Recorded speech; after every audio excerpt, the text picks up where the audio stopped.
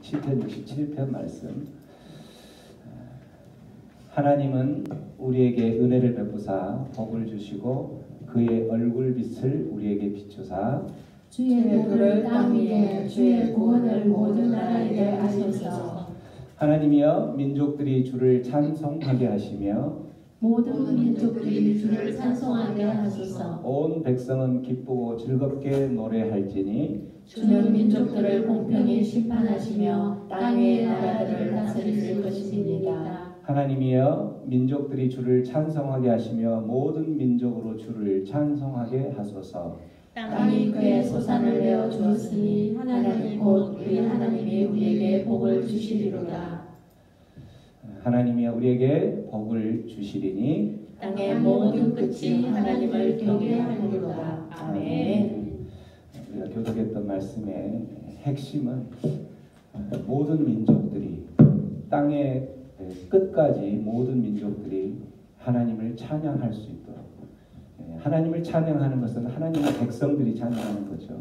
그래서 모든 민족이 한 영혼이라도 하나님에게서 멀어지는 것을 우리 하나님께서는 너무나도 싫어하시죠. 그래서 하나님을 찬양하되 모든 민족이 땅 끝에 있는 모든 것들이 다 찬양할 수 있도록, 그러한 하나님을 찬양할 수 있는 것은 철저한 하나님의 은혜로 가능한 것이죠. 그래서 오늘 우리가 교독했던 말씀들을 묵상하면서 복된 주일 주님 앞에 예배하러 나온 하나님의 심령들을 다시 한번 만나주시고, 그 심령들이 주님 앞으로 예배자로 나아갈 때에 하나님 우리만 나아가는 것이 아니라 세상 가운데 아직도 주님을 알지 못하는 그 영혼들이 주님께로 나아갈 수 있도록 하나님 그 모든 상황과 환경과 여건들을 열어 주옵소서. 복된 주일 그 많은 영혼들이 주님께로 나아갈 수 있도록 주님께서 인도하여 주실 것을 소망하면서 오늘 주님 앞으로 나아갑니다. 함께 묵상하며 기도하며 나아갑니다.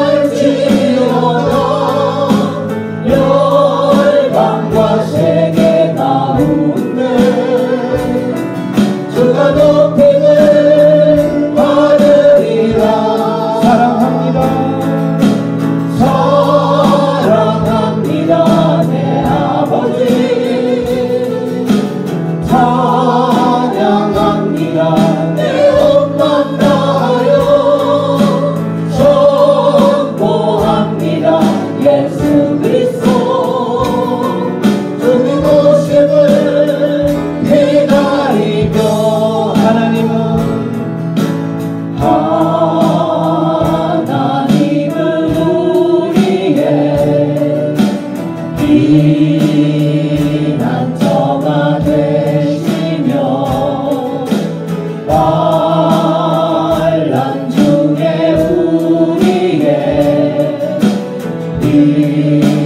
힘과 도움이시라. 아멘. 하나님은 우리의 피난처가 되시며 환난 중에 우리의 힘과 도움이시라.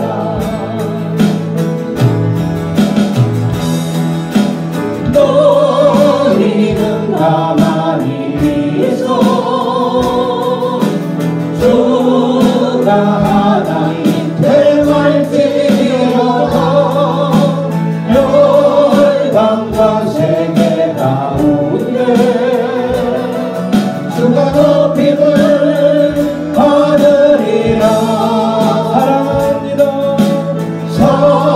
사랑합니다 내 아버지. 찬양합니다. 찬양합니다 내 온만 다하여 선포합니다 예수 그리스도. 주님 오심을 기다리며 너희는 가만히 있어. 너희는 가만히 있어 주가 하나님 될말지어다. 열방과 세계 가운데 주가 높임을 받으리라. 사랑합니다. 사랑합니다 내 아버지. 찬양합니다. 찬양합니다 내 온만 다하여 선포합니다 예수 그리스도. 주님 오심을 기다리며 나의 안에 거라. 나의 안에 거하라. 나는 내 하나님이니 모든 환난 가운데 너를 지키는 자라. 두려워하지 말라. 내가 널 도와주리니 놀라지 말라. 내 손 잡아주리라. 나의 안에 거라. 나의 안에 거하라. 나는 내 하나님이니 모든 환난 가운데 너를 지키는 자라. 두려워하지 말라. 내가 널 도와주리니 놀라지 말라. 내 손 잡아주리라. 내가 너를 지명하여 불렀나니 너는 내 것이라. 내 것이라. 내 것이라. 너의 하나님이라. 내가 너를 보배롭고 존귀하게 여기노라. 너를 사랑하는 내 여호와라. 내가 너를 지명하여. 내가 너를 지명하여 불렀나니 너는 내 것이라. 아멘. 내 것이라. 너의 하나님이라. 내가 너를 보배롭고 존귀하게 여기노라. 너를 사랑하는 내 여호와라. 그렇습니다. 우리 하나님께서 우리에게 말씀하십니다. 두려워 떨고 있는 우리의 심령을 향하여서 말씀하십니다.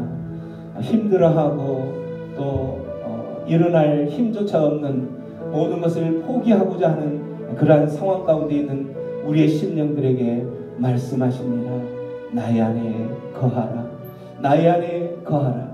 나의 안에 거한다면 너는 내가 지명하여 부른 택한 백성이요 존귀하고 보배로운 자인 것처럼 그 모든 것들이, 그 모든 상황들이 주님의 방법대로 풀려질 것이다라는 주님의 음성을 들으시고 오늘 이 시간 다시 한번 이 말씀, 이 찬양을 할 때에 주님 안에 거할 때에 우리 안에 가지고 있는 우리를 힘들게 하는 그 모든 두려움들, 불안들, 걱정, 염려들이 깨끗하게 사라지는 그러한 복된 시간 되기를 축원합니다.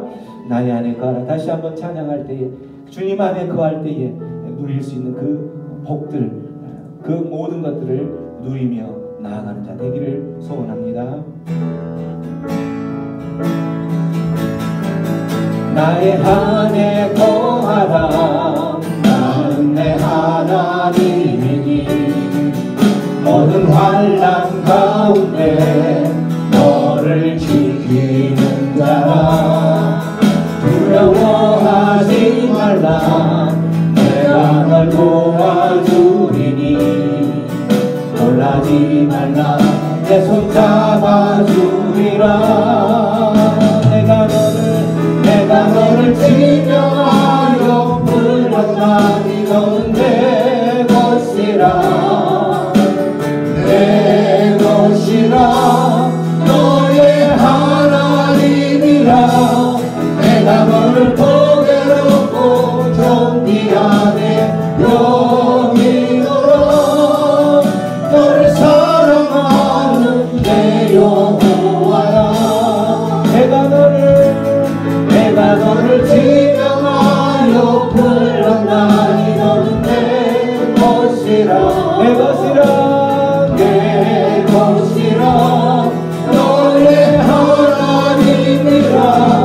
내가 너를 보배롭고 존귀하게 여기노라. 너를 사랑하는 내 여호와라. 우리 찬양을 하면서 우리가 수요일날 모두를 향하여서 축복하는 찬양을 했었는데 우리 김주건 집사님과 박병우 집사님만 못했었죠. 그때 들어왔었는데 제가 못한 거죠. 그렇죠. 이 시간 우리 김주건 집사님을 향하여서 하나님께서 말씀하십니다. 나의 안에 거하라. 두려워 말라. 내가 도와줄 것이다. 아멘. 내가 도와줄 것이다 말씀하시면서 너는 내가 지명하여 부른 나의 자녀다 라고 말씀하십니다. 우리 김주건 집사님 향하여서 내가 너를 지명하여 불렀나니 내가 너를 지명하여 불렀나니 너는 내 것이라. 내 것이라. 너의 하나님이라. 내가 너를 보배롭고 존귀하게 여기노라. 너를 사랑하는 내 여호와라. 박 집사님을 향하여 내가 너를 지명하여 불렀나니 너는 내 것이라. 내 것이라. 내 것이라. 너의 하나님이라. 내가 너를 보배롭고 존귀하게 여기노라. 너를 사랑하는 내 여호와라. 아멘. 우리를 사랑하시는 하나님께서 그렇게 우리에게 사랑의 고백을 하시는 거죠. 내가 너를 사랑하는 여호와 하나님이다. 내 안에 거하기만 한다면 너희들 안에 있는 모든 불안, 염려, 걱정 그 모든 것들 나에게 맡겨라. 그러면 내가 도와줄 것이다 라고 말씀하고 계시는 거죠. 우리 모든 두려움과 염려 그 모든 것들 주님께 맡기고 주님께서 제시하시는 그 방법, 주님께서 제시하신 그 길을 따라서 힘차게 달려가는 하나님의 백성들이 되기를 소망합니다. 아멘. 그런 마음을 간절히 잡아서 우리 박수하면서 찬양합니다. 나의 길을 밝힌 우리들이 주 앞에 달리 나갑시다. 우리를 잡는 구주 예수 오노라 하시네. 죄악 벗은 우리 영혼을 기뻐하며 주를 보겠네. 하늘에 계신 주 예수를 영원히 섬기리. 우리를 오라 하시는 말 기쁘게 듣고 순종하세. 구주를 믿기 지체 말고 속속히 나가세. 죄악 벗은 우리 영혼을 기뻐하며 주를 보겠네. 하늘에 계신 주 예수를 영원히 섬기리. 주 오늘 여기 계시오니 나와서 주의 말씀 듣세. 듣기도 하고 생각하니 성령 주시오나. 죄악 벗은 우리 영혼을 기뻐하며 주를 보겠네. 하늘에 계신 주 예수를 영원히 섬기리. 죄악 벗은 우리 영혼을 기뻐하며 주를 보겠네. 하늘에 계신 주 예수를 영원히 섬기리. 하늘로 돌려서 죄악 벗은 우리 영혼을 기뻐하며 주를 보겠네. 하늘에 계신 주 예수를 영원히 섬기리. 죄악 벗은 우리 영혼을 기뻐하며 주를 보겠네. 하늘에 계신 주 예수를 영원히 섬기리.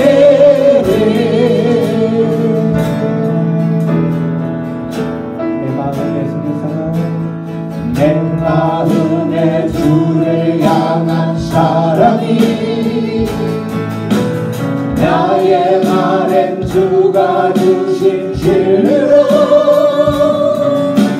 나의 눈에 주의 눈물 채워주소서.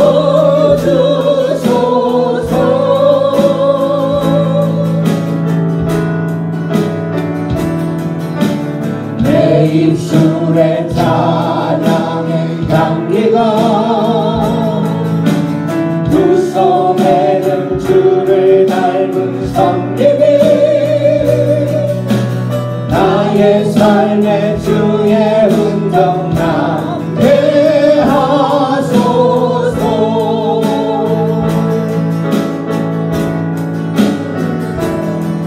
하나님의 사랑이 영원히 함께하리.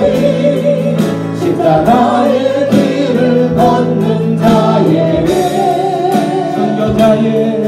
순교자의 삶을 사는 이에게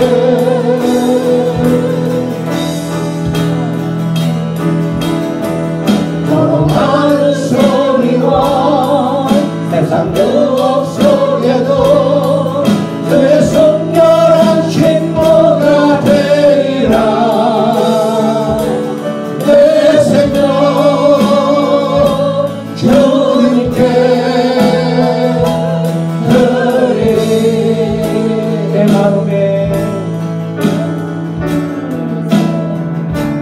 내 마음에 주를 향한 사랑이 나의 말엔 주가 주신 진리로 나의 눈에 주의 눈물 채워주소서.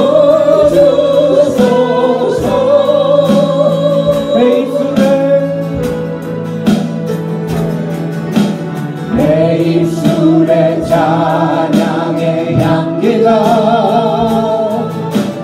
내 손에는 주를 닮은 섬김이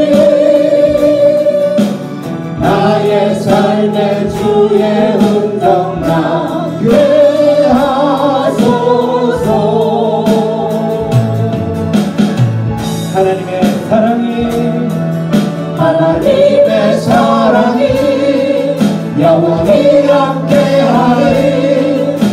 십자가의 길을 걷는 자에게 순교자의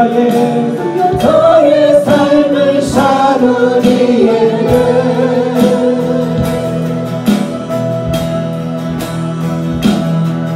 통하는 소리와 세상 유혹 속에도 주의 순결한 친구가 되리라.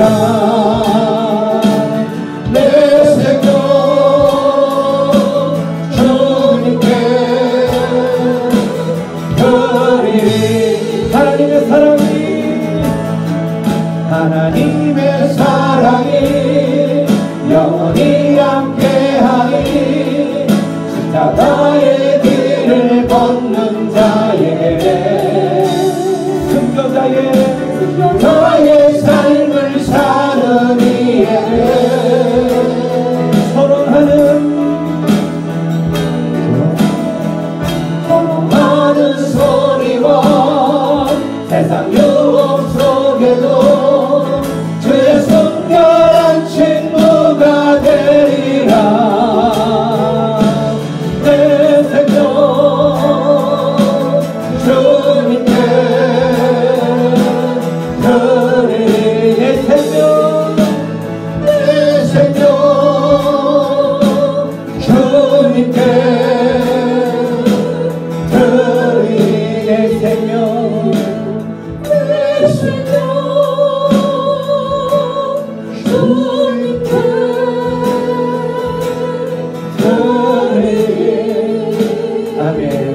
기도하며 나아갑니다.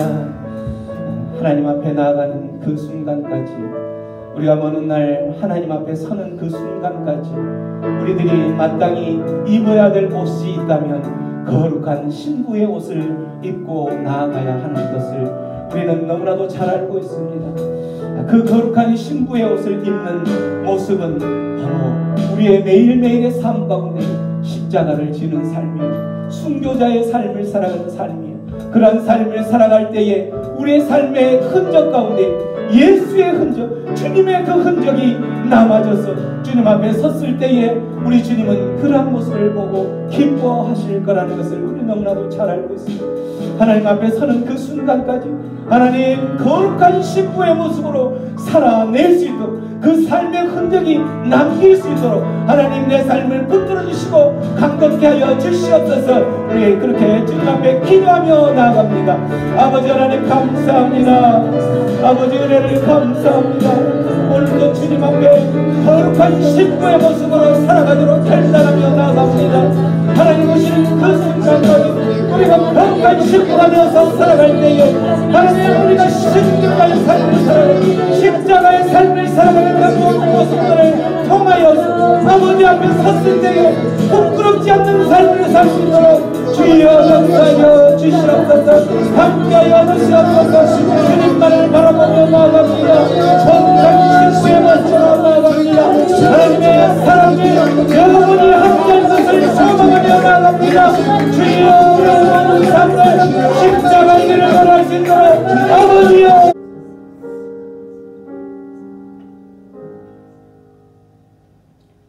위대하고 강하신 여호와 하나님, 크고도 놀라우신 그 은혜와 사랑에 감사와 영광과 존귀를 올려드립니다.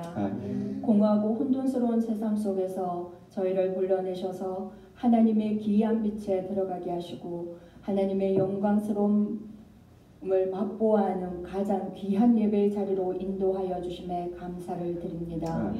저희는 다 양 같아서 그릇 행하여 각기 제 길로 가거늘 여호와께서 저희의 모든 죄악을 우리 구주 예수님께 담당시키시고 자격 없는 저희가 그 귀한 보혈의 능력으로 말미암아 속량함을 얻어 하나님과 화목하게 하셨으니 이 모든 영광과 찬송을 홀로 받으시옵소서. 아멘. 죄로부터 구별된 저희가 날마다 거룩으로 믿음을 세워가도록 말씀으로 영을 길들이고 성령으로 기도하며 말씀에 붙잡혀서 하나님과 늘 동행하는 신앙의 여정이 되도록 견인하여 주옵소서. 아멘. 온 세계를 통치하시며 간섭하시는 만군의 여호와여, 자국의 이기심에서 비롯된 명분 없는 우크라이나 전쟁이 하루속히 종식되도록 간섭하여 주옵소서. 전쟁으로 인하여 삶의 터전을 잃어버린 무고한 난민들을 살피시고 저들을 돕는 손길들이 더하여지도록 진노 중에라도 긍휼을 베푸시는 주여 은혜를 내려 주옵소서. 우리의 등불 되시는 하나님 아버지, 이 나라 대한민국을 주님 손에 올려드립니다. 이 나라가 하나님의 방법으로 통일이 되도록 역사하여 주옵소서.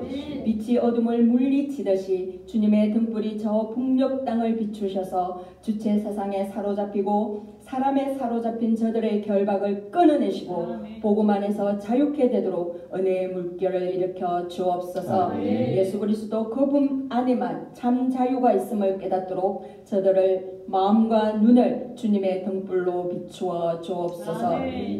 우리의 견고한 요새시며 우리를 안전한 곳으로 인도하시는 하나님 아버지, 이 나라를 이끌어가는 위정자들이 하나님을 경외함으로 맡겨주신 사명을 잘 감당하며 공의와 정의로 이 나라를 다스리게 하옵소서. 그리하여서 이 나라가 온전히 주님의 통치를 받게 하시고 하나님의 뜻이 이루어지도록 이 땅의 교회들이 깨어 기도하게 하옵소서. 이 땅의 모든 교회가 주 앞에 드려지는 거룩한 교회, 살아있는 교회, 하나님의 생명을 전하는 교회가 되기를 간절히 원합니다. 교회의 머리 되시는 주님, 저희 새생명 방주 교회가 살아있고 활력있는 예배로 이 지역을 고치고 살리며 하나님의 아름다운 덕을 거침없이 선포하는 복의 통로로서 제사장 교회로서 쓰임받기를 원합니다. 왕 되신 주님만을 높이며 회복의 복음, 능력의 복음, 생명의 복음이 선포될 때마다 죽은 심령이 살아나고 병든 영혼이 고침받아 거듭남으로 주님 마음을 시원케 하는 충성된 교회 되기를 간절히 원합니다.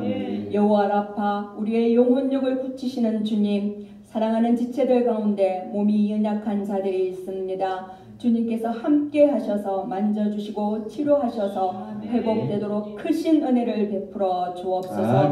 그래서 맡은 바 책임과 직분을 감당함에 부족함이 없도록 성령의 기름을 부어 주시옵소서. 또한 담임 목사님 복 주셔서 모든 사역 기쁨으로 감당하게 하시고 지치거나 피곤하지 않도록 늘 성령의 충만한 은혜를 부어 주옵소서. 오늘 말씀을 전하실 때에 능력과 권세를 더하여 주셔서 듣는 저희의 심령을 여시고 깨닫는 지혜와 총명을 주셔서 연약한 믿음이 든든히 세워지고 믿음의 부요를 누리도록 성령님 주장하여 주시옵소서. 우리의 속사람이 변하는 복된 시간, 은혜의 시간 되기를 간구하오며 이 모든 말씀, 모든 이름에 뛰어나신 이름 예수님의 이름으로 기도드립니다. 아멘. 사도행전 2장 말씀을 통해서 교회가 집중해야 할 사명은 무엇일까라는 주제로 하나님 앞에 은혜의 말씀 앞으로 나가겠습니다. 말씀 앞으로 나가기 전에 우리의 선포하는 시간을 갖습니다. 우리 모두 눈을 감고 마음속에 새겨진 말씀으로 선포하겠습니다. 주의 말씀은 내 인생의 빛입니다. 주의 말씀은 내 삶을 변화시킵니다. 주께서 말씀하신 대로 나는 하나님의 사랑받는 자녀입니다. 나는 축복의 통로입니다. 오늘도 주의 말씀에 마음의 문을 열립니다. 말씀하여 주옵소서. 듣고 깨닫고 말씀대로 살겠습니다. 아멘. 주의 말씀이 우리의 삶의 실제가 되고 능력의 말씀이 되어져서 오늘 선포한 이 말씀대로 우리가 듣고 깨달았던 그 말씀들이 능력의 말씀으로 다가서고 그 능력의 말씀에 힘입어서 기적을 일으키는 그러한 하나님의 백성의 삶이 되기를 축원합니다. 아멘. 오늘 말씀 사도행전 2장 41절로 47절까지 말씀인데 전체 다 같이 합독하겠습니다. 시작. 그날 약 3,000명이 그 말을 믿어서 세례를 받고 등록했다.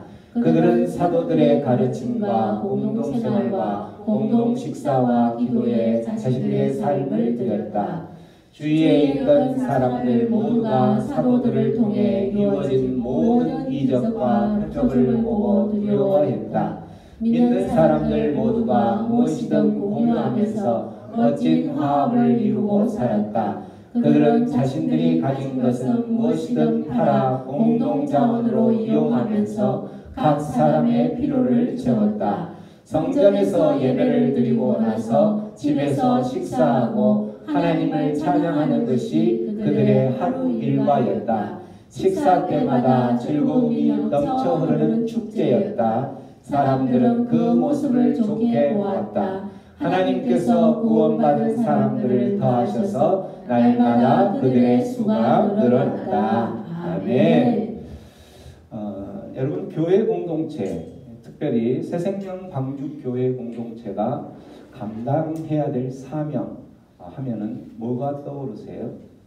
새생명 방주교회가 감당해야 될 사명, 아니면 우리 모든 한국교회 온 인류에 있는 모든 교회가 감당해야 될 사명 있다면 뭐가 있을까요? 영혼 구원. 영혼 구원, 또 복음 전파, 영혼 구원 똑같고, 예배, 기도, 또 경배와 찬양. 경배와 찬양, 모든 게 다 예배입니다. 기도 예배입니다. 또 봉사, 섬김. 제가 항상 우리 새생명 방주교회 공동체가 나아가야 할 방향을 주보에 늘 내주고 있습니다. 여러분 아시고 있죠? 자, 주보에 교회 소식에 보면 항상 우리 새생명 방주교회는 어떤 방향으로 가야 되는지를 늘 이야기하고 있죠. 거기에 보면 1번에 나와 있죠. 1번. 예배를 최우선으로. 아니, 주보를 보세요. 주보를 보세요. 자, 주보를 보시면 1번 한번 큰 소리로 새생명 방주교회가 어떤 교회로 나아가야 할지 늘 주보 나온 거죠. 자, 주보를 한번 큰 소리로 읽습니다. 시작. 주는 그리스도시요 살아계신 하나님의 아들입니다라고 고백하는 공동체가 어떤 상황 속에서도 예배하고 전도하며 말씀을 사모하고 봉사하며 성도들과의 교제를 게을리하지 않는 건강한 교회를 세우시길 축원합니다. 아멘. 이게 저희 새생명 방주교회뿐만 아니라 모든 교회의 목표라는 거죠. 그래서 교회 공동체가 감당해야 될 사명하면은 우리가 제일 첫 번째 예배가 살아 있어야 돼요. 그 예배는 모이는 회중 예배뿐만 아니라 우리가 숲속 교회에 갔을 때도 이야기했던 것처럼 삶의 예배에도 살아있는 예배가 돼야 되는 거죠. 이 예배가 죽어 있으면서 그 모이는 공동체가 교회 공동체라고 말할 수 없어요. 또한 교회 공동체가 감당해야 할 사명 중에 제일 빠져서는 안 될 것이 뭐 있다면 전도죠. 영혼 구원이죠. 영혼 구원에 대한 열정, 영혼에 대한 사랑이 없으면서 우리는 교회를 이루고 있습니다라고 이야기하면 그 교회는 죽은 교회라는 거죠. 영혼 구원에 대해서 정말 절절한 그러한 안타까움들이 있고 정말 발을 동동 굴리며 그러한 매달린 영혼 구원을 위해서 매달리는 그러한 몸부림이 있는 교회가 살아있는 교회라는 거예요. 뿐만 아니라 그 교회 안에 가르침이 있어야 되는 거예요. 배움이 있어야 되는 거죠. 그 교회에 가서 아무것도 배운 게 없다. 어떤 그 믿음의 성장이 없다. 이러면 그 교회는 또한 죽은 교회고, 그러한 교회들을 이렇게 잡아먹으려고 하는 이단 마귀들이 너무나도 득실거리고 있는 이 지금이죠. 그래서 이 교육을 하는 것은 하나님을 알아가고 하나님을 배워가고 하나님께서 말씀하신 것들을 깨달아가는 이러한 가르침이 없다면 그 교회는 얼마 되지 않아서 바로 무너지게 되겠어요.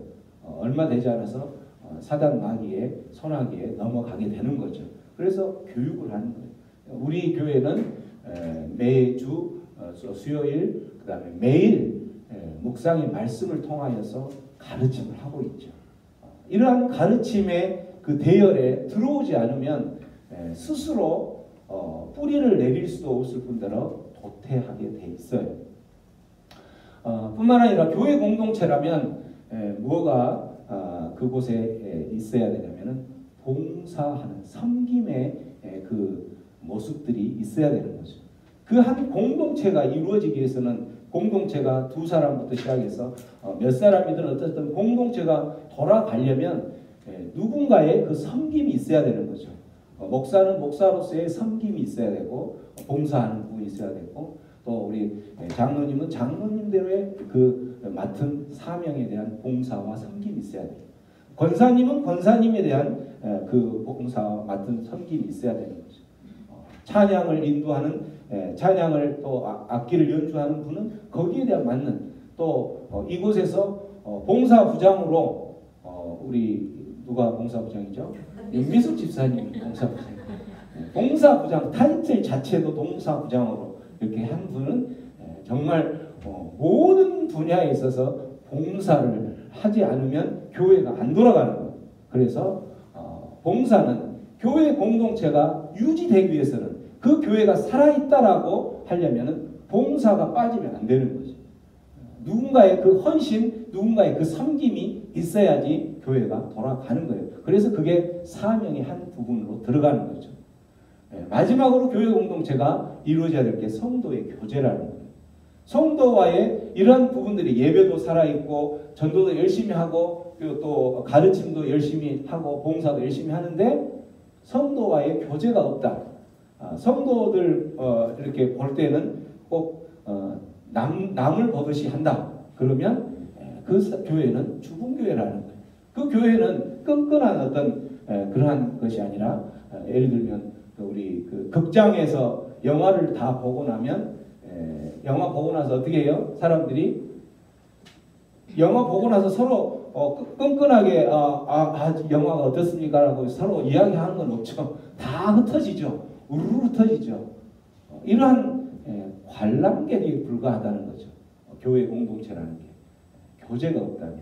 그래서 저희 새생명 광주교회는 교제가 너무 잘 돼서 탈이죠. 교회가 너무 잘 돼. 왜냐하면 적은 교회일수록 교제가 잘 되죠. 어쨌든 이 교회 공동체가 감당해야 될 이 사명, 매주 주보에 저희 교회의 방향에 대해서 여러분 이렇게 나아가고 있기 때문에 우리 교회의 방향이 뭘까? 우리 교회의 방향을 간혹 잊어버릴 때는 주보를 한번 보세요. 주보를 보시고 아니면 사명 선언문을 한 번씩 왔을 때 한번 읽어보시면 우리의 방향들이 보이는 거죠. 이 방향대로 간다는 거죠. 이 사명을 우리가 선포하고 선언했던 대로 하기 위해서 실천 방안이 밑에 쭉 나와 있죠. 그 부분들이 전체적으로 우리가 나아가야 될 방향인 거예요. 이 방향, 교회 공동체가 감당해야 될 사명이 이렇게 크게 5가지로 있는데 이 5가지 중에서 만일에 한 가지를 집중한다면 물론 모든 것 중에 다 한 가지라도 빠지면 안 되지만 그 중에서도 한 가지를 집중한다면 뭐가 있을까? 뭐를 집중해야 될까? 예배 또 전도 또 한 가지 오늘 이 교회 공동체가 맡은 사명들이 여러 가지가 있었는데 그 중에서도 그 한 가지를 꼽으라면 뭘까? 오늘 본문을 통해서 그 해답을 찾아볼게요. 오늘 말씀은 그날 약 3,000명이 그 말을 믿어서 이제 베드로와 요한이 복음을 선포하죠. 전파하고 그렇게 하니까 그때 3,000명이 그 말을 듣고 세례를 받고 뭐 했다고 돼 있어요? 등록했다라는 것은 교회에 등록했다라는 거죠. 교회가 이루어졌다라는 거예요. 그래서 교회 공동체가 형성이 됐다라는 거죠. 그렇게 교회 공동체가 형성이 돼서 그들은 바로 그리고 뭘 했냐면 가르침. 뭘 했어요? 교육을 했죠. 서로 가르침을 했고 사도들의 가르침 앞에 나섰고 또 공동 생활과 공동 식사를 했고 이게 바로 뭐죠? 교제죠. 교제. 그리고 기도에 자신들의 삶을 드렸다. 기도는 뭐예요? 예배죠. 그래서 그 3,000명이 모여서 자신들의 삶을 드렸던 그 모습들이 뭐냐면 교육과 가르치는데 자신의 삶을 드렸고 또 서로 공동 생활하고 공동 식사를 하면서 교제하고 예배 드리면서 그렇게 자신의 삶을 드렸다라는 거죠. 공동 생활을 하고 공동 식사를 하려면 저절로 이루어지는 게 아니라 거기에는 뭐가 필요하다고 돼 있어요? 반드시 누군가의 헌신과 봉사가 있어야지 공동 생활이 돌아가는 거죠. 그래서 그곳에 봉사부장이 빠지면 교회가 안 돌아가는 거예요. 윤미숙 집사님 얼마나 중요한 역할을 했지. 봉사부장이 이 섬김이 그래서 이 3,000명이 교회 등록해서 교회 공동체가 돌아가면서 이루어졌던 모습들을 보면 교육, 교제, 예배, 봉사 우리가 아까 이야기했던 네 가지가 다 들어있는 거죠.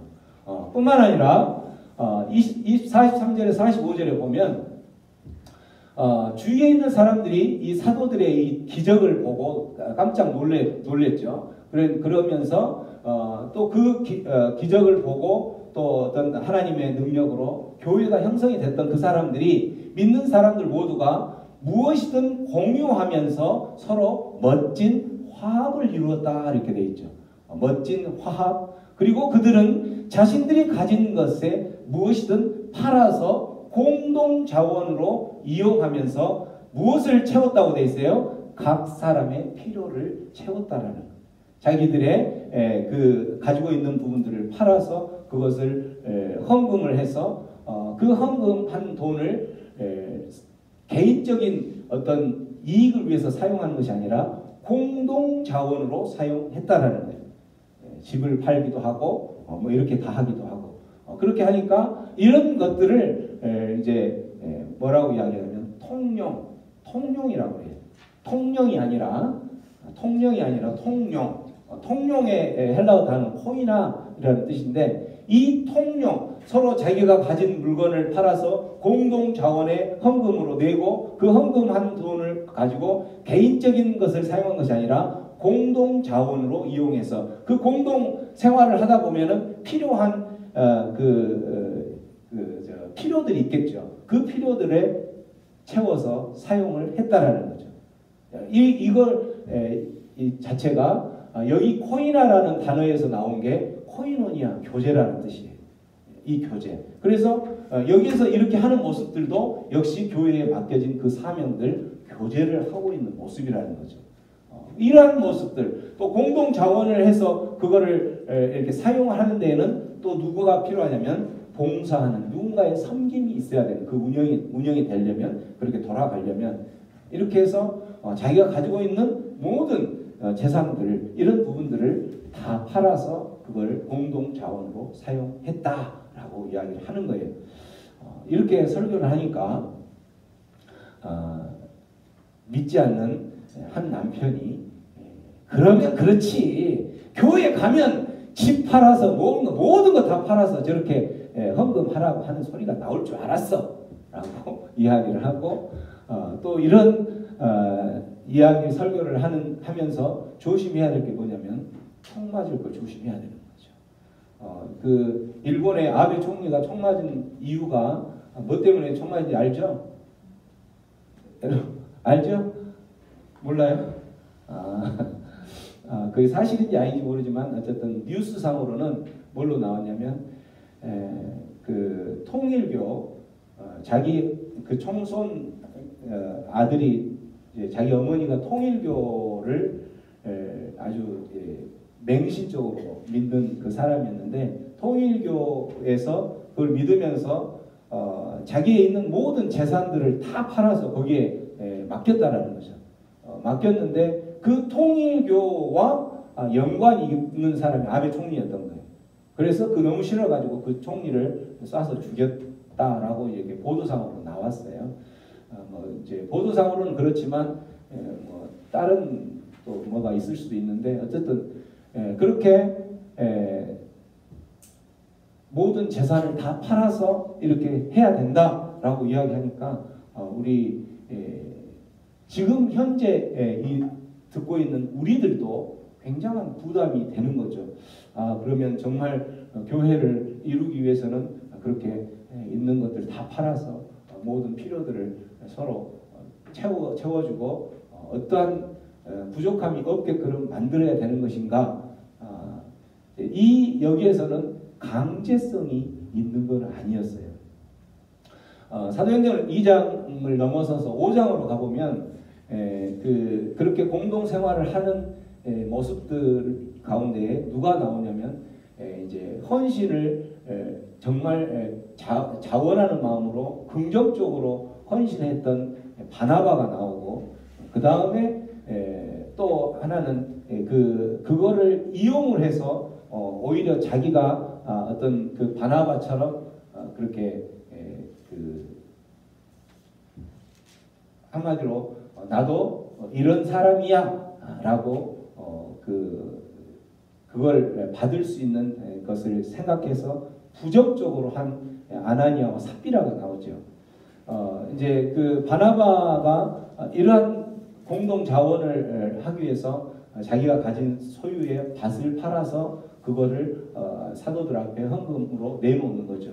그 내놓은 걸 보고 사람들이 굉장히 그 바나바를 존경하고 이렇게 하니까 아나니아와 삽비라 두 부부가 서로 그걸 보면서 어떻게 하냐면 우리도 저렇게 밭을 팔아서 헌금을 해야 되겠다 해가지고 밭을 팔았어요.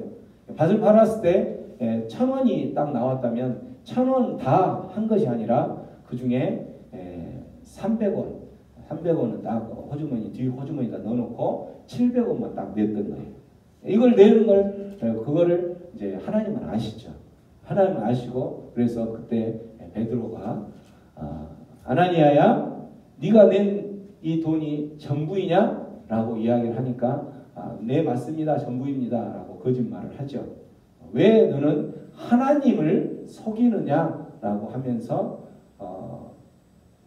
베드로가 그 아나니아에게 한 이야기가 있죠.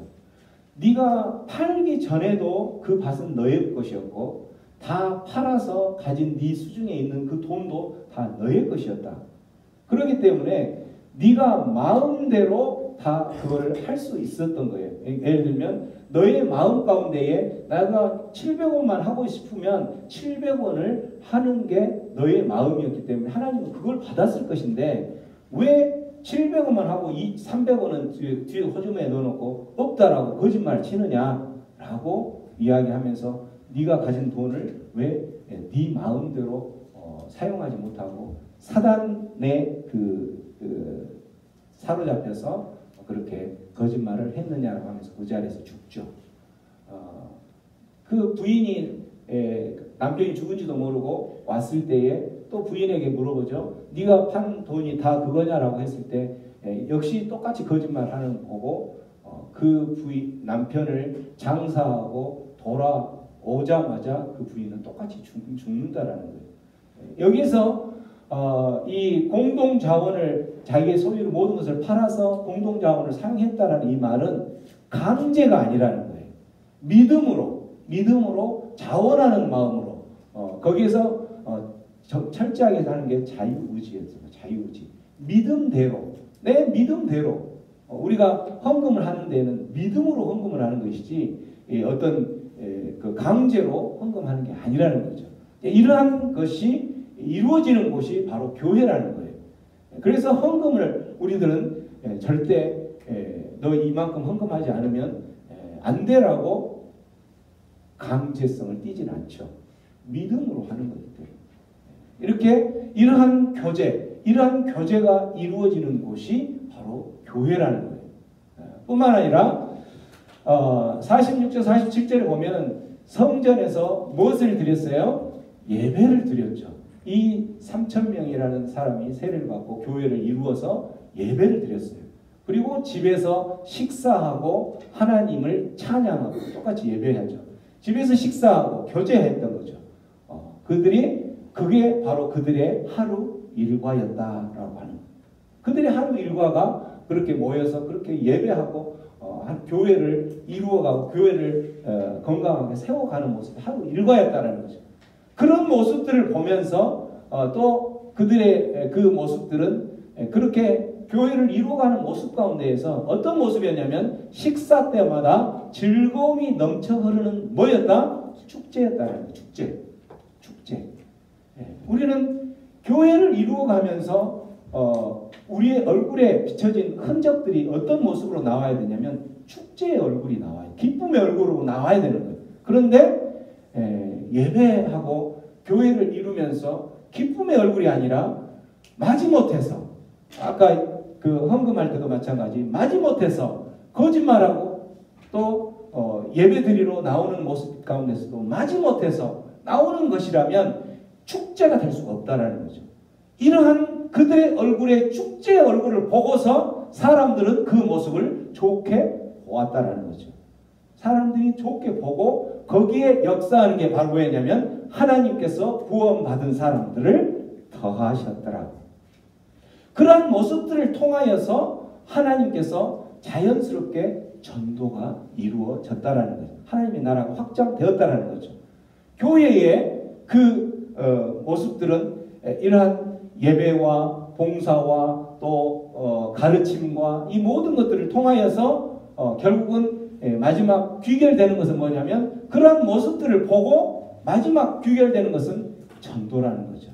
그래서 교회 공동체가 집중해야 될 한 가지 사명을 들으라 한다면 바로 전도예요. 전도. 물론 이 전도만 하고 나머지 예배나 가르침이나 뭐 봉사나 이런 것이 교제가 이런 게 없다 그러면 그 교회는 밸런스가 무너진 교회가 되는 거겠죠. 하지만 이 초대교회 예루살렘의 초대교회가 폭발적으로 부흥하면서 그들이 취했던 그 방향성은 바로 뭐냐면 이러한 잃어버린 영혼들을 향하여서 끊임없이 그들이 달려갔던 전도를 그들에게 맡겨진 지상 명령으로 생각하고 끊임없이 그렇게 달려갔다라는 거죠. 근데 여러분 지금 교회 공동체가 이렇게 전도에 집중을 해야 되는데 전도와 지금의 환경은 좀 어떤가요? 지금 환경 여러분들 전도 많이 하셨잖아요. 그렇죠? 전도 많이 했는데 환경이 어때요? 전도 하려고 하니까 잘 되죠? 안 돼요? 안 돼요? 어떤 부분에서 안 되던가요? 전도하려고 하면? 마음의 문을 안 연다. 관심이 없어요. 관심이 없어. 우리가 지금 전하려고 하는 그거에 대해서 관심이 없어요. 왜냐하면 그들의 관심사는 어디냐면 세상적으로 자기 생각하는 그런 관심사들인 거예요. 그들의 관심사는 세상 그 문화 그런 거에 관심이 있어서 세상 문화의 모든 것을 다 빼앗기고 그곳을 향하여서 그들의 발걸음이 달려가고 있기 때문에 관심이 없던 거예요. 교회에 대한 어떤 부분을 전도하려고 하면 관심이 없어요. 어떤 모임을 하거나 이런 교회에 대해서 광고를 해서 그곳에 오락하면 안 오죠. 그러나 세상적인 모임들 이런 부분들에 대해서는 몇 명이 나와요? 어제 이태원에 할로윈 축제를 한다고 해서 이태원 그 좁은 곳에 몇 명이 모였냐면 10만 명이 모였어요. 그래서 그곳에서 밟혀 죽은 사람만 몇 명이에요? 어제? 150명이 이상 죽었다는 거예요.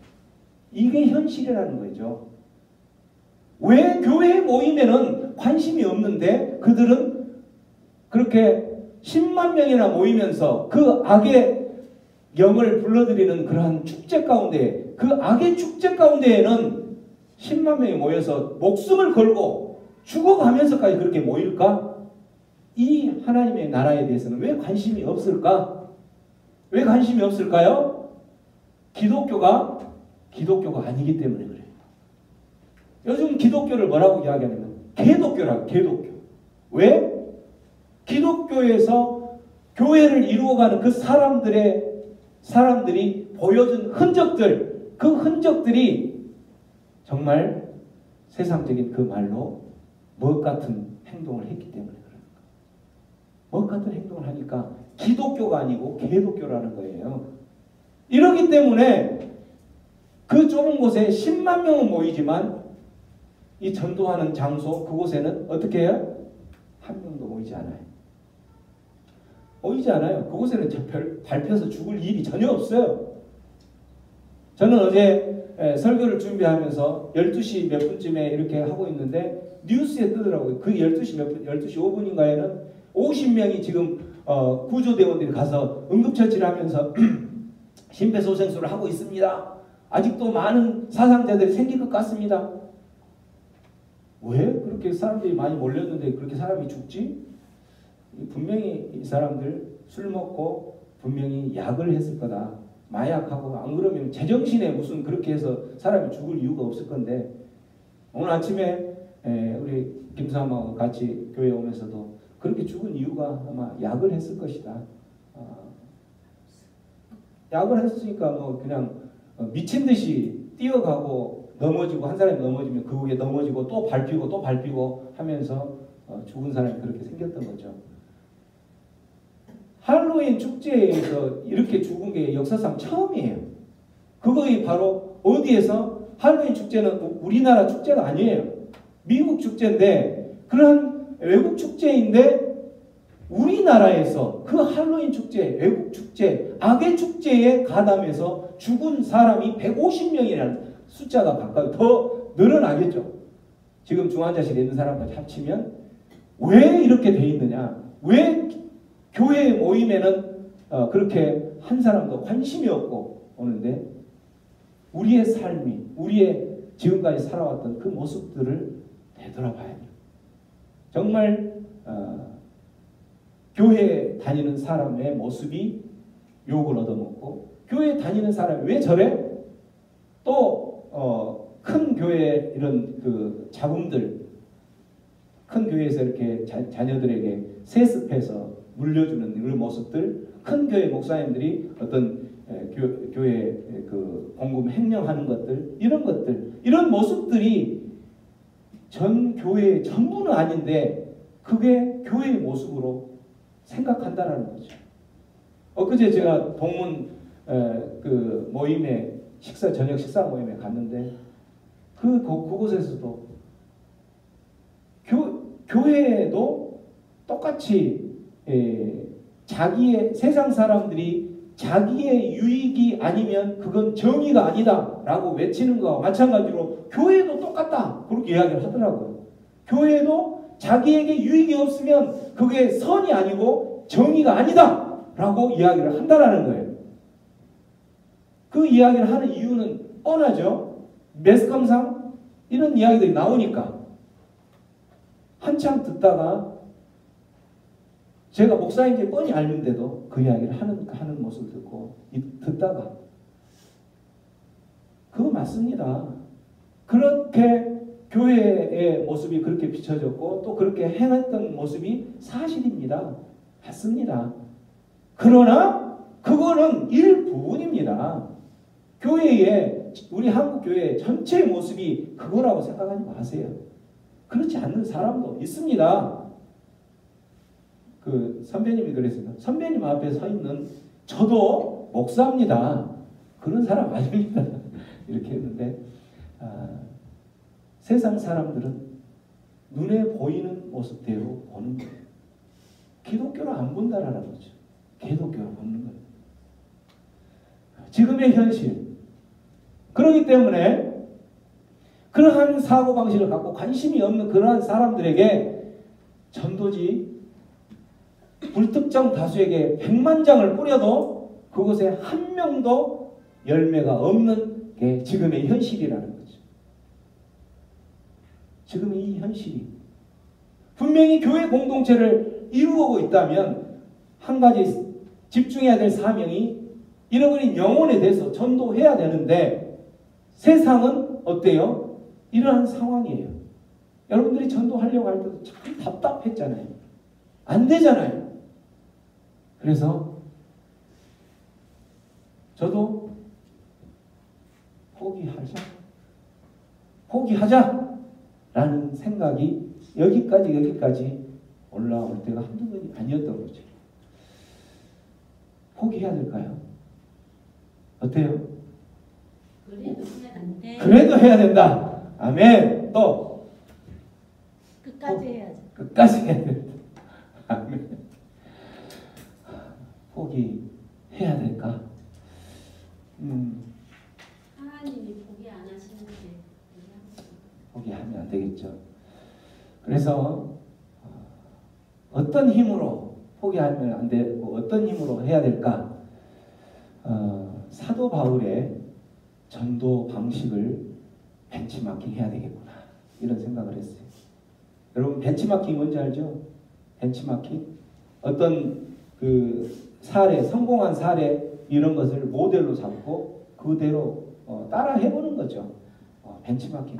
사도 바울이 어떻게 전도했는지 그걸 보면서 벤치마킹을 해서 다시 한번 끝까지 해야 되겠구나. 원사님 말대로 하나님께서 포기하지 않았는데 하나님께서 세우신 교회인데 사도 바울은 어떻게 전도를 했는지 고린도전서에 보면 나오죠. 자, 고린도전서 한번 19절부터 22절까지 한번 큰 소리 읽어볼게요. 시작!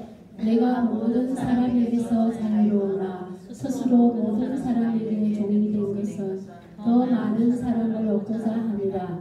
유대인들에게 내가 유대인과 같이 된 것은 유대인들을 얻고자 하며 율법 아래에 있는 자들에게는 내가 율법 아래에 있지 아니하나 율법 아래에 있는 자 같이 된 것은 율법 아래에 있는 자들을 얻고자 하며 율법 없는 자에게는 내가 하나님께는 율법 없는 자가 아니요 도리어 그리스도의 율법 아래에 있는 자이나 율법 없는 자와 같이 된 것은 율법 없는 자들을 얻고자 합니다.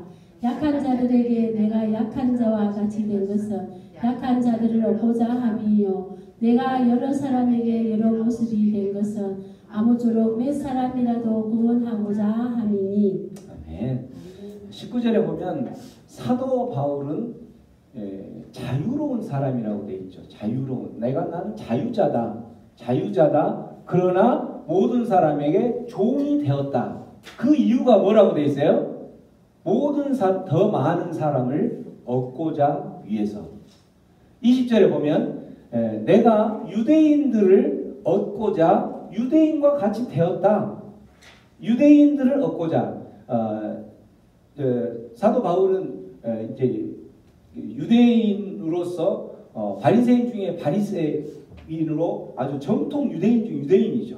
근데 그러한 율법 유대인들인데 그런 정통 율법으로 그 신앙생활을 하는 게 아니라 예수 믿고 예수님을 십자가 아래 예수 그리스도의 십자가 아래에 있는 사람으로서 이 유대인들을 얻기 위해서 유대인처럼 행동했다라는 거예요. 이게 무슨 말이냐면 유대인들은 이제 어떤 뭐 성전에 가거나 회당에서 뭘 해요? 그들이 가진 율법대로 어떤 일들을 하고 율법대로 모든 것을 율법의 잣대로 대면서 이렇게 하려고 하는 거죠. 근데 사도 바울은 그 율법에서 우리는 벗어나고 예수 그리스도의 법 아래 놓인 그래서 예수 그리스도로 인해서 성령으로 인해서 예수님의 자녀가 된 그러한 사람으로 그 율법에 있는 사람들 가서 보면 어떻게 느꼈어요? 그 모든 게 부딪히죠. 충돌이 되는 거예요. 그런데 그 유대인들도 내가 한 영혼이라도 구하기 위해서 그들이 그 율법 하는 것들을 무조건 가서 율법은 잘못됐어 하면서 그리스도의 법을 거기 무조건 대는 게 아니었다라는 거예요. 우리가 이 말을 우리의 삶 가운데서 적용한다면 뭐냐면 우리들이 예수를 믿고 신앙생활을 하다 보면 특히나 대한민국은 우리 안에 유교 또 불교 뭐 이런 게 많이 있다 보니까 가족 중에서도 그게 많이 있죠. 한 가족 형제가 뭐 예를 들어서 6남매다 그러면 한 가족은 한 사람은 예수 믿는 하나님의 자녀인데 한 사람은 또 예수 믿지 않는 사람이에요. 그러면 그들이 가지고 있는 그 방식으로 뭐 예를 들어서 어떤 그 제사를 지내거나 또 뭐 장례를 치르거나 뭐 하려고 할 때에 그 사람들을 얻기 위해서 그건 무조건 잘못됐어. 이 법이 최고이니까 이 예수의 법대로 해야 돼 하면서 그들과 만나기만 하면 부딪히고 싸우면서 내 법을 제시하고 그렇게 하지 않았다라는 거죠. 그들의 법도 존중을 해주면서 지혜롭게 내 법, 예수 그리스도의 법을 살며시 이렇게 한 번씩 보여주면서 그들을 인정을 하지만 그게 본질은 아니죠. 그러니까 우리가 말하는 그 어떤 본질에 있어서 본질만큼은 타협하지 않고 지역적인 부분들은 타협을 하면서 지혜롭게 그들을 대했다라는 거예요. 이게 바로 유대인들을 얻기 위해서 유대인처럼 율법 아래에 있는 사람처럼 그렇게 했다라는 거죠. 우리들이 이런 일들은 여러분들도 많이 겪었겠죠. 제사를 지내거나 아니면 뭐 성묘를 가거나 이렇게 했을 때 저희 가족도 마찬가지예요. 지금도 만나면 거기에서 성묘하고 절을 하는 사람이 있는가 하면 거기서 기도하는 사람이 있어요. 그러면 거기에서 저러면 안 돼! 저러면 안 돼! 하면서 거기 그 자리에서 싸우지 않았다라는 거죠. 바울이 지혜롭게. 왜냐하면 그들은 그게 자기들이 조상들에게 좋게 하는 행동이라고 생각하고 그게 조상들에게 복을 받는 거라고 생각하고 그렇게 하고 있으니까 그들이 생각하는 방식인 거죠. 하나님이 제시한 방식은 아니지만 그러면 그들의 방식을 존중하면서 왜 존중을 하냐면 그들을 언젠가는 전도하기 위해서 그렇겠지 않고 그렇게 하면 안 돼 하고 절하고 있는 사람 머리 그대로 잡고 이렇게 들어채고 하면 그게 싸움만 되지 그게 전도가 되겠어요? 이 말이에요. 유대인들을 얻기 위해서 유대인의 그 법에 맞는 옷을 입고 그들에게 대했다라는 거죠. 또 율법 아래 율법이 없는 자들, 율법 없는 자들을 대할 때 율법이 없는 자들 이방인들을 대하는 거죠. 이방인들을 대할 때는 똑같이 이방인들의 그 정서와 그 문화에 맞게 그들을 대했다라는 거예요. 이방인들은 예를 들면 이제 뭐 이렇게 유대인들은 율법에 의해서 예를 들어서 뭐 제사상에 올라간 고기는 먹지 않는다, 뭐 어떤다 이런 것들이 있다면 그런 것을 이방인들은 모르니까 먹는단 말이에요. 그러면 그냥 똑같이 먹는다라는 거죠. 왜? 그들을 율법 아래에 있는 이방인들을 전도하기 위해서. 22절 약한 자들이 됐다. 약한 자들 앞에서는 나도 똑같이 약한 자가 된다는 거예요. 왜? 그 약한 자들과 똑같이 동병상련 똑같은 입장에 서서 같이 울어주고 같이 그러한 부분들에 나도 이런 부분이 약했어. 나는 이런 부분이 약한데 너도 그런 부분이 약했구나 라고 약한 모습을 이렇게 오픈하고 이렇게 한 것은 이유가 있다면 그 약한 자를 전도하기 위해서 그랬다라는 거예요. 22절 하반절 내가 여러 사람에게 여러 모습이 된 것은 뭐 때문에 그렇게 됐다고 그랬어요? 아무쪼록 몇 사람이라도 구원하기 위해서. 이 말은 몇 사람이라도 구원하기 위해서 했던 이 말은 영혼 구원을 하기 위해서 사도 바울은 여러 모습의 모양의 옷을 입었다라는 거죠. 이런 모습을 입고 접근을 했다라는 거예요. 사도 바울의 그 카멜레온식 전도 방식이었던 거예요. 카멜레온은 여러 모습으로 변하죠. 이러한 사도 바울의 카멜레온식 전도 방식을 따라 해야 되겠구나. 사도 바울은 그 일들을 하면서 참으로 힘들고 어려웠지만 그래도 지금의 믿음의 거장으로 이 교회를 이만큼 이렇게 성장할 수 있게 해준 장본인이 사도 바울이죠. 사도 바울이 이렇게 해서 성공을 했기 때문에 나도 이 사도 바울의 모습을 벤치마킹 해야 되겠구나 라는 생각을 했던 거예요. 오늘날 여러 모양의 옷을 입고 어떻게 접근을 할까? 어떤 모습으로 접근을 할까? 여러 카멜레온처럼 이런 모습으로 어떻게 접근을 할까? 생각하면서 있다가 저는 많은 영혼을 구원할 수만 있다면, 많은 영혼을 구원만 할 수만 있다면 이 새생명 광주교회를 중심으로 우리 창원시 복음화를 할 수만 있다면 그런 차원으로 이 카멜레온식 사도 바울의 전도 방식을 택해야 되겠구나. 20개의 주민센터를 제가 가겠다라는 거죠. 20개의 주민센터를 공략하겠다. 사도 바울이 입은 그 카멜레온식 공략 방식으로 어떻게 성공한 그 케이스를 벤치마킹해서 여러분들 성공한 그 케이스 바로 창원 가정사랑학교를 한번 해보겠다라는 거죠.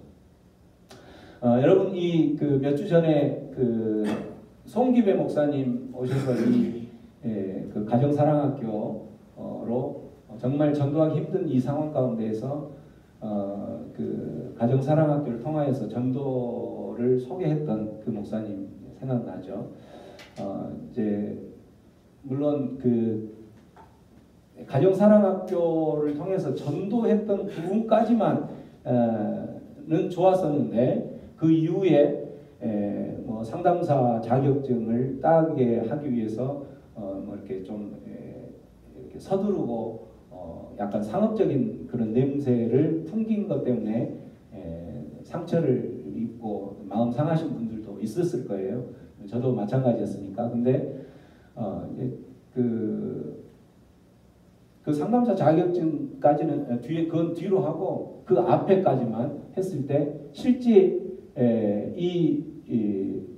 그 가정사랑학교를 통해서 그분이 이렇게 접근해 할 수 있는 모습이 바로 이런 사도 바울이 여러 모양의 옷을 입고 접근을 했을 때 접촉이 됐다라는 거죠. 이 모습을 저는 그냥 높이 평가하고 그 부분만을 한번 받아들여 보고 싶었던 거예요. 그렇게 해서 그냥 포기하고 나 자빠지는 것이 아니라 한번 해보겠다라는 거죠. 그렇게 했을 때에 만일에 이제 그러한 상황들이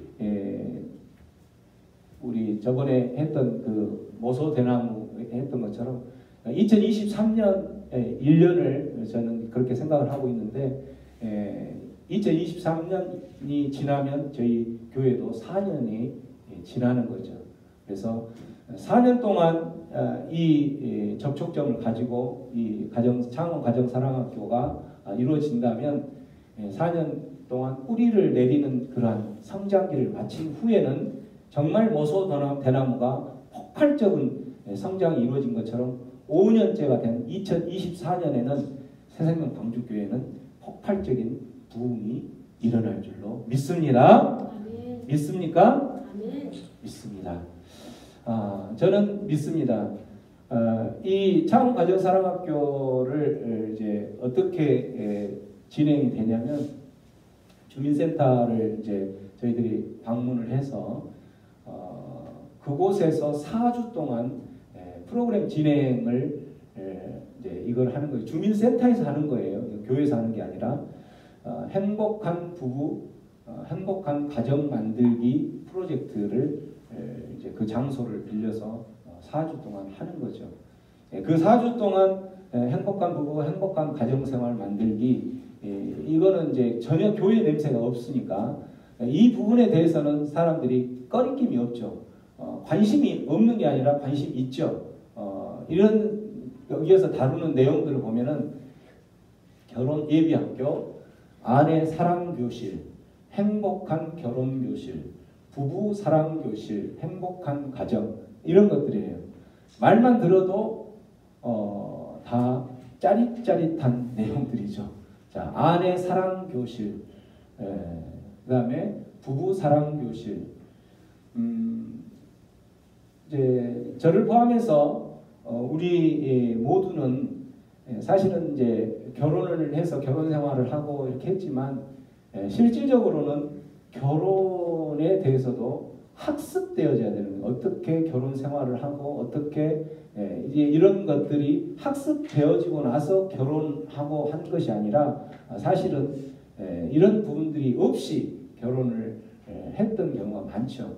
근데 이런 부분들이 이렇게 이루어진다는 것은 그 시간들을 통해서 우리들이 다시 한번 힘든 가정들이 회복이 되고 그러한 회복되는 과정에서 이제 그 4주 기간 동안 어떤 것을 받게 되냐면 어머니 대학, 아버지 대학을 원서를 받아야 그 어머니 대학, 아버지 대학은 7주 과정을 하는데 이거는 원서를 받아서 이거는 저희 교회에서 할 거예요. 이제 여기서 그 교회가 아니고 이제 창원 가정 사랑 학교 여기가 이제 창원 가정 사랑 학교가 되니까 창원 가정 사랑 학교 이곳에서 하는 거죠. 이 7주 어머니 대학을 할 때 강사는 어머니 대학은 이제 우리 김성희 사모가 할 거고 아버지 대학은 이제 제가 할 건데 어머니 대학을 하면서 7주를 만나기 때문에 그 만나는 사람들 그러니까 어쨌든 오기만 하면 7주 동안 뭐 4사람이면 4사람, 5사람, 5사람 7주간 그 과정을 마치고 나면 그 중에 우리가 목표하는 것은 한 명이에요. 한 명 등록하기를 소망하면서 이렇게 생각을 하면서 이제 그 시간을 하는데 우리가 이제 이 방식, 이 카멜레온 방식대로 하지 않으면 여기 와서 그냥 뭐 성경 공부를 하자, 어머니 대학을 하자 뭐 이렇게 한다면은 올 수 있는 사람이 아무도 없다라는 거죠.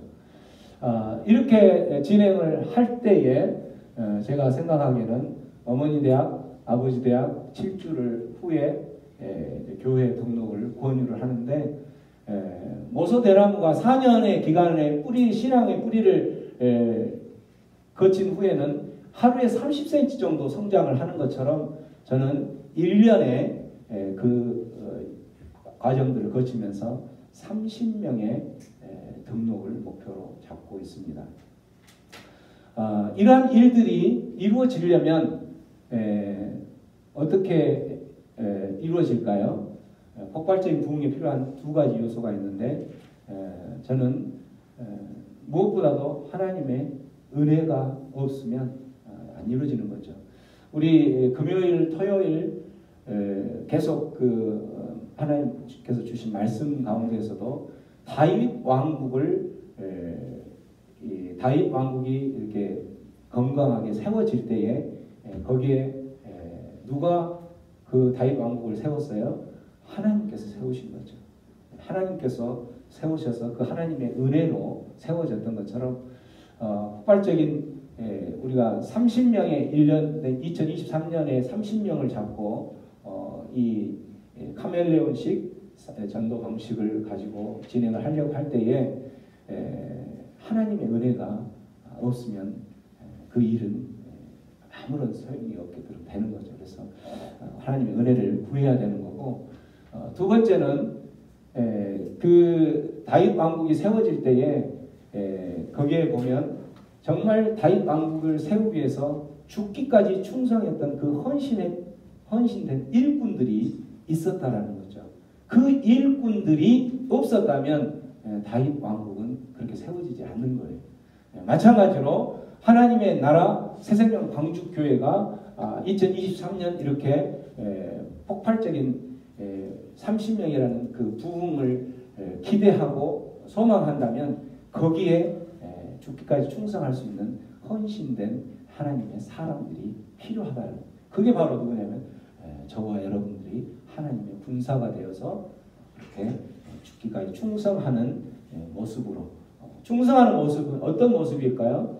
아까 이야기한 것처럼 교회가 맡아야 될 그 사명들을 충성되게 감당하면서 예배하면서 가르침 받으면서 또 봉사하면서 또 교제하면서 그들이 그 얼굴 빛이 어떤 모습으로 날마다 축제의 얼굴의 빛을 할 때에 사람들이 그들을 좋게 여겼더라 라고 하는 것처럼 그 모습으로 정말 목숨을 거셔야 된다는 거죠. 여러분들이 그 예배에 목숨을 걸어야 되고 또 섬기고 봉사하는 그 일에 목숨을 걸어야 되는 거예요. 또한 가르치는 그 부분에 있어서도 배우는 그 부분에 있어서도 목숨을 걸어야 되는 거예요. 이러한 하나님의 군사가 이 교회에 있다면 하나님의 은혜 위에 이러한 충성된 하나님의 군사들의 사명을 맺은 결론이 바로 새생명 방주교회 안에 폭발적인 부흥이 있을 줄로 믿으시길 바랍니다. 그러한 믿음으로 우리들은 2023년을 한번 저도 이제 이걸 기도하면서 이걸 구상을 하면서 굉장히